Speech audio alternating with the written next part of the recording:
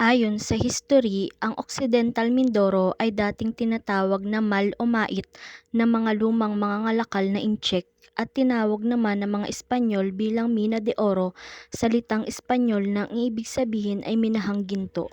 Tulad ng mga ibang lalawigan, ang Occidental Mindoro ay dinarayo ng marami dahil sa taglay nitong kagandahan. Gaya na lamang ng Apo Reef, ang pangalawa sa pinakamalaking coral reef sa buong mundo. Dito din matatagpuan ang tamaraw o Buphalus mendorensis na tanging sa lalawigan lang namin ito matatagpuan. Ang kwento po na aking ibabahagi sa inyo ay isang college student na nag-aaral sa isang universidad sa kalapit bayan namin, ang Occidental Mindoro. Ilang buwan ding pinag-usapan ang masakit na kamatayan ng isang BS Architectures student mula nang matagpuan na wala ng buhay sa loob ng inuupahang apartment noong June 30, 2023. Atin pong alamin ang naging investigasyon sa pagkamatay ni Eden Joy Villachete.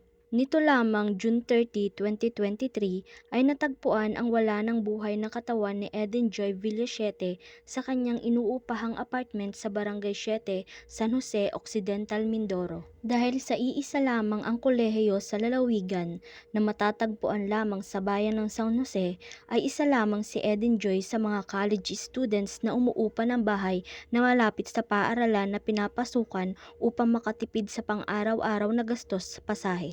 Si Eden Joy ay nagpupursigidong mag-aral upang makatulong at maiahon ang kanyang pamilya sa kahirapan, kaya naman BS Architecture ang kinuha niyang kurso.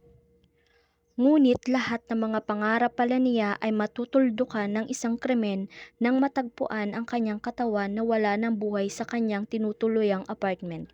Ayon sa investigasyon, nag-alala raw ang mga kamag-aral ni Eden Joy dahil sa hindi nito pagpasok ng 2 araw, kaya naman ay nagdesisyon sila na dalawin ito sa inuupahang apartment. Ngunit pagdating nila roon ay nakalak ang pintuan ng bahay. At ayon mismo sa mga kaklase ni Eden Joy, mayroon raw silang naamoy na masangsang na amoy na nanggagaling sa loob ng apartment na tinutuluyan ni Eden Joy.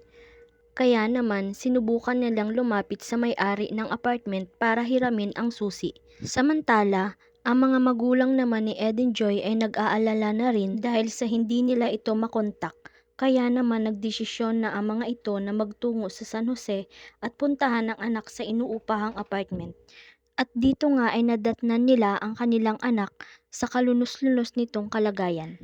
Dumating naman agad ang San Jose Police at Scene of the Crime Operatives o SOCO. Nadatnan nila ang biktima na walang saplot sa katawan. Nakadapa ito sa isang matres at may unang pa na nakatakip sa kanyang mukha. Naliligo ito sa sariling dugo na nanggagaling sa mga natamo nitong mga saksak sa katawan. Ang katawan naman ni Eden Joy ay dinala ng SOCO para isailalim sa isang examination. Ayon sa preliminary investigation, ang biktima ay nagtamo ng 6 na saksak. Nakakuha din sila ng isang putol na kitchen knife na may mga mantsa ng dugo na hinihilalang murder weapon, subalit wala silang nakuhang traces ng fingerprints sa area. Dahil sa wala itong saplot sa katawan, may hinala silang ito ay nakaranas ng panggagahasa. Magulo din ang mga gamit sa loob ng apartment at may mga nawawala itong mahahalagang gamit gaya ng cellphone at laptop. Kaya naman isa sa mga motibo nilang tinitingnan ay ang pagnanakaw. Wala din silang nakitang forced entry sa pintuan ng apartment at sa katunayan ay nakadouble lock ito mula sa loob. Sa ginawa nilang pagtatanong mula sa mga kalapit-bahay ay napag-alaman nila na ilang araw na din silang may naaamoy na di kaaya-aya sa lugar at huli rin nilang nakitang buhay ang dalaga noong June 28, 2023. At dahil sa pangyayari ay agad namang bumuo ang San Jose Police ng Special Investigation Task Force para mag-focus sa kaso. Nagsagawa sila ng interview sa lahat ng occupant ng apartment, ganun din ang mga taong nakitang pumasok sa apartment mula noong June 28, 2023. Ganun din ang mga malalapit na kaibigan, pamilya at kaklase ni Eden Joy para makakalap ng impormasyon upang matukoy kung sino ang nasa likod ng krimen. Samantalang nag-raise naman ang Care FM station ng 25,000 pesos sa kanilang programang Pag-usapan Natin para makalikom ng halaga na gagamiting reward money para makatulong sa paghahanap sa may sala. Una nang nagbigay ang Governor at Vice Governor ng Occidental Mindoro at dinagdagan naman ng kanilang mga opisyales at mga kilalang tao sa lugar. Ang kabuuang nalikom ay umabot ng 495,000 pesos reward money para sa makapagtuturo at makapagbibigay ng impormasyon kung sino ang salarin sa pagkamatay ni Eden Joy. Samantala, ayon naman sa Police Director ng Occidental Mindoro, ay nagawa nilang makahanap ng CCTV footages kung saan ay may nakita silang lalaki malapit sa pinangyarihan ng krimen noong madaling araw ng June 28 taong kasalukuyan. Ito lamang ang nag-iisang tao na nahagip ng CCTV sa area at nangako sila na gagawin ng mabilis ang pagkuha ng hustisya. July 3, 2023, humigit kumulang 2,000 katao ang nag-ipon-ipon para sa isang unity walk sa San Jose Town Plaza para ipanawagan ang katarungan para kay Eden Joy Villasiete. Ang nasabing pagtitipon ay inorganize ng Student Affairs Office at Student Council ng Occidental Mindoro State College. Ang programa ay sinimula ng 3:00 ng hapon sa isang misa sa St. Joseph Cathedral, sinundan ng Unity Walk, pagbibigay ng statement sa Town Plaza, statement of support, video tribute, pagpapakawala ng mga kalapati, pagsisindi ng kandila, at nagtapos ng isang panalangin ng 6:00 ng hapon. July 5, 2023 ay nagbigay ng kanyang pahayag sa publiko ang may-ari ng apartment na inuupahan ni Eden Joy. Tahasan nitong itinanggi na may kinalaman siya sa brutal na pagpaslang kay Eden Joy. Ayon kay Engineer Nelson Bantugan na masyado na silang nasasaktan sa pagkakadawit nila ng iilan lalo na sa mga post sa social media. Pakiusap niya na hayaan munang tapusin ang investigasyon at huwag mag-speculate ang publiko. Sa katunayan nga raw ay nakikipagtulungan sila sa mga kapulisan upang mahuli ang sospek. Kami nasasaktan sa nangyayari. Sana po, wag muna tayo mag-speculate hanggat hindi po natatapos yung investigation. Kasi po, lalo lang pong gugulo yung investigation. Lalo lang pong gugulo. Sana po, antayin po natin yung matapos yung ginagawang investigation para ano po natin kung talagang sino yung, sana nga, ako nga, gabi-gabi pinapanalangin ko sana mahuli na yung salarin. Para kami po, yung mga anak ko po masyado na pong apektado rin eh. Pamilya po namin masyado apektado. Ang dami-dami pong mga post sa Facebook na laban sa amin, kung ano-ano. Eh, meron naman po tayong batas na Saka kagaya po nung Sunday, sinamahan ko lang yung anak ko sa police station dahil lahat naman, di ba, is OP ng police na lahat ng nakatira ay kukuhanan ng statement. Ay hindi pa umiinit ang puwit namin sa police station. Pumalat na agad sa Facebook na sinurrender ko na daw yung anak ko na binatilyo nandyan sa sasakyan. Sinundo ko siya ngayon sa school dahil natatakot siyang lobas na hindi sinusundo. Actually po, hindi ko siya personal na kilala. Nung nangyari po kasi, ako ang unang-unang tumawag sa mga pulis eh. Sa pulis, tapos yung pulis na dati kong driver, na pulis ngayon, siyang tumawag sa Soko dahil sabi ko tumawag sa Soko. Ngayon po, nung pumasok siya, hindi ko lang po kasi alam na siya ang nanay dahil unang-una nga po, ang kausap po dito sa apartment, bago lang po nakatira yan dito, sabi ng anak ko ay yung tita niyang sinasabi, kaya hindi ko po siya personal na kilala po. Ang sabi ko lang po, Nay, huwag po kayo mag-alala. Kami po ay nakikipagtulungan. Pasensya po kayo kung hindi ko kayo na sabi yung naalo. Dahil unang-una po, hindi ko naman kilala talaga siya po eh. Dahil actually nga po, yung biktima, hindi ko po masyadong nakikita. Dahil ako nga po, hindi naman ako lagi dito. Pinaubaya ko na muna sa anak kong dalaga, kay Nicole, yung pagmamanage ko dito. Wala po akong nilalaman.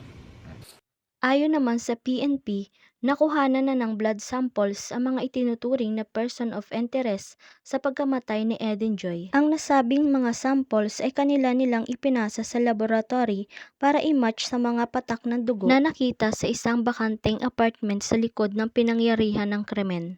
July 6, kinabukasan, ay pinatawag naman ng PNP ang 4 na kabataang lalaki matapos i-report ng isang kaibigan ng biktima na madalas umano ang 4 na kabataang ito sa apartment ni Eden Joy para maglaro ng online games na Mobile Legend. Kinabukasan, July 7, 2023 ay umabot na sa 634,220.75 pesos reward money para sa makapagbibigay pa rin ng impormasyon tungkol sa pagkamatay ni Eden Joy.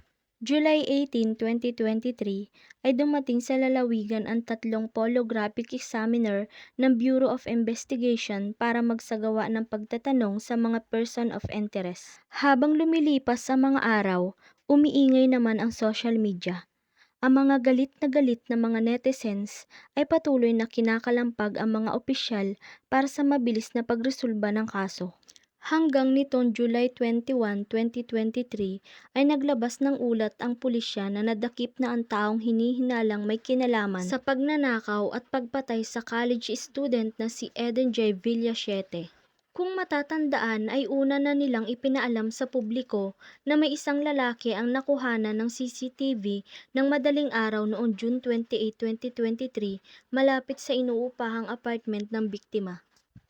Sa kanilang ginawang hot pursuit, napag-alaman nila na ang nasabing person of interest ay nakaalis na ng lalawigan noong July 9, 2023 na nagtungo sa bahay ng kapatid sa Cavite at kusa itong isinuko ng kanyang ina.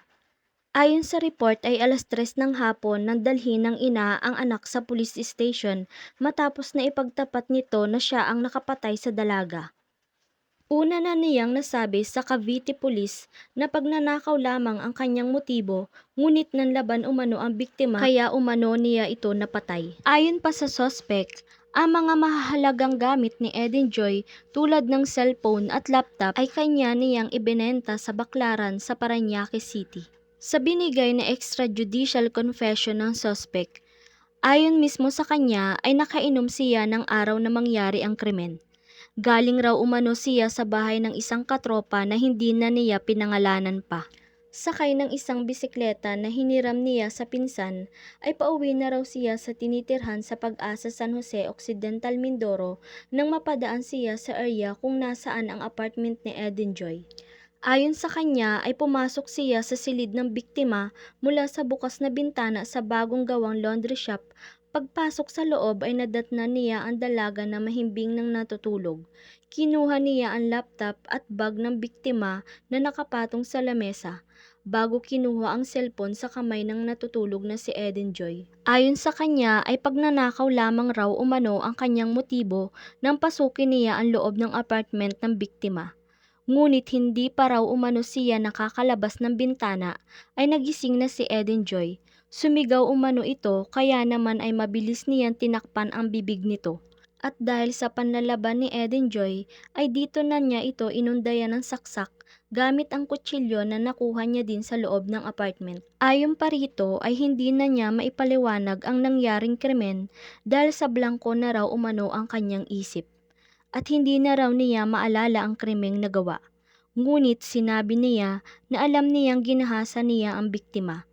Ayon pa sa suspect ay buhay pa raw ito ng kanyang iwanan. Dumaan umano siya sa bintana palabas sa apartment at agad na umalis. Nagpalipas pa siya ng gabi sa tabing dagat sa Pag-asa San Jose, ilang araw pa matapos ang krimen bago pa siya umalis ng lalawigan at nagtungo sa bahay ng kapatid sa Cavite.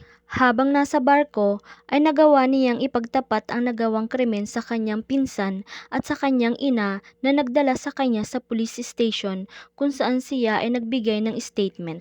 Ayon pa sa suspect nang tanungin kung saan niya dinala ang mga nakuhang gamit, ay ibinenta niya na raw umano ang cellphone sa halagang 700 pesos at ang laptop ay ibinenta sa halagang 500 pesos lamang sa Baclaran sa Parañaque City.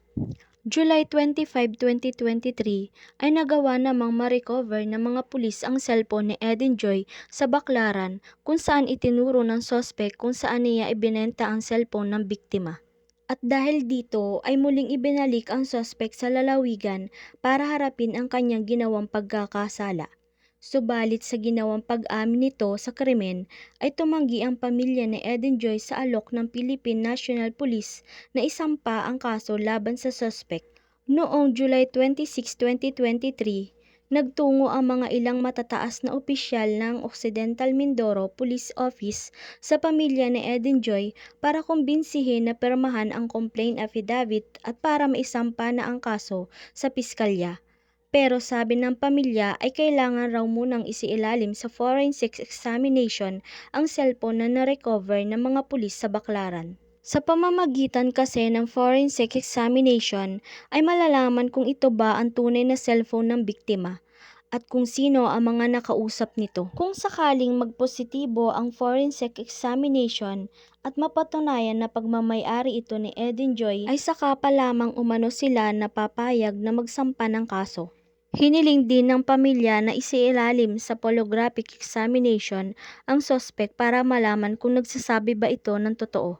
July 29, 2023, sa ikalawang pagkakataon ay muling tinungo ng mga pulis ang pamilya ni Eden Joy upang hikayatin na pumirma sa complaint affidavit upang maipasa ang kaso sa piskalya laban sa suspect. Ngunit muli itong tinanggihan ng pamilya sa ikalawang pagkakataon dahil sa tila hindi sila kumbinsido na ito nga ang pumatay at nais muna nilang makasiguro na hindi lamang ito fall guy.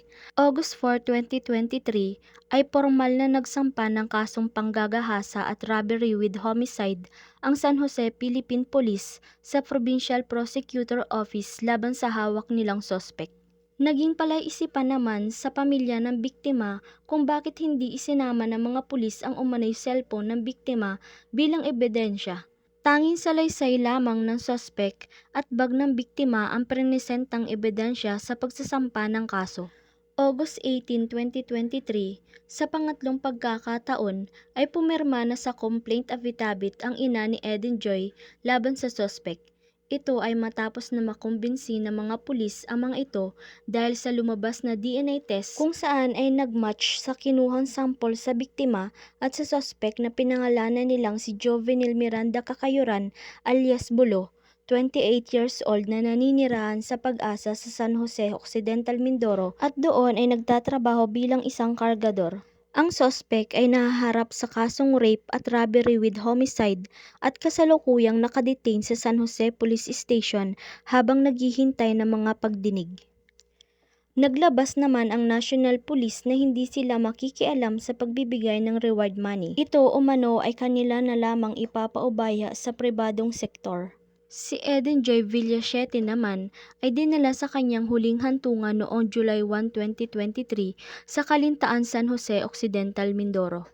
Si Eden Joy ay nasa ika-5 taon na sa kolehiyo na magtatapos sana ngayong taon sa kursong architecture. Si Eden Joy ang inaasahan na unang magtatapos sa kanilang pamilya upang maiahon ang kanyang pamilya sa kahirapan. Maraming salamat po sa patuloy na sumusubaybay at nanunood ng ating Tagalog Crime Story. Kung nagustuhan niyo po ang ating video ngayon, ay huwag niyo po sanang kalimutang mag-like at mag-iwan ng komento. Sa mga hindi pa po nakasubscribe sa ating channel, ay pasubscribe naman po at pakipindot na rin po ng ating notification bell para lagi po kayong updated sa mga ia-upload ko pang mga videos. Maraming salamat po.